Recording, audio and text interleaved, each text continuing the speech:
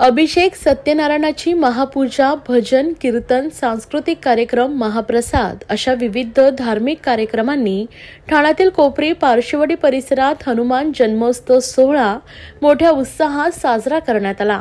गेल्या 65 वर्षापासून ठाण्यातील कोपरी पूर्व पारशिवडी परिसरात हनुमान मित्र मंडळाच्या वतीने हनुमान जन्मोत्सव सोहळा मोठ्या उत्साहात पार पडतोय। 3 दिवस या सोहळ्याचे आयोजन करण्यात आले होते। आकर्षक रोषणाई, फुलांची सजावट, त्याचबरोबर मंदिर परिसरात खास आकर्षण ठरले ते लंका दहनाचे। यावेळी मोठ्या संख्येने भाविकांनी गर्दी केली।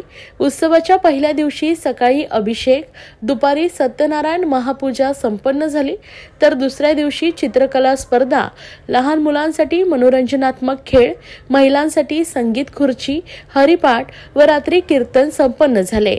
तसेच उत्सवाच्या तिसऱ्या दिवशी काल्याचे कीर्तन, महाप्रसाद, सांस्कृतिक कार्यक्रम तसेच बक्षीस समारंभाने उत्सवाची सांगता झाली। यावेळी हजारोंच्या संख्येने भाविकांनी उपस्थित राहत महाप्रसादाचा लाभ घेतलाय।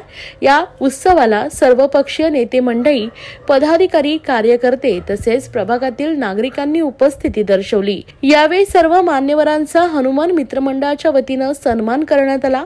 हा उत्सव यशस्वीरित्या पार पाडण्यासाठी हनुमान मित्रमंडळाचे अध्यक्ष सिद्धेश रामाने, उपाध्यक्ष हर्षद शिंदे, सेक्रेटरी रोहन जाधव, खजिनदार सिद्धांत जाधव, कार्याध्यक्ष महेश अंगसेकर, हिशोब तपासनीस वैभव सासवणेकर तसेच सर्व सभासद, कार्यकर्ते, महिला कार्यकर्त्या व प्रभागातील रहिवाशांचे लाभले।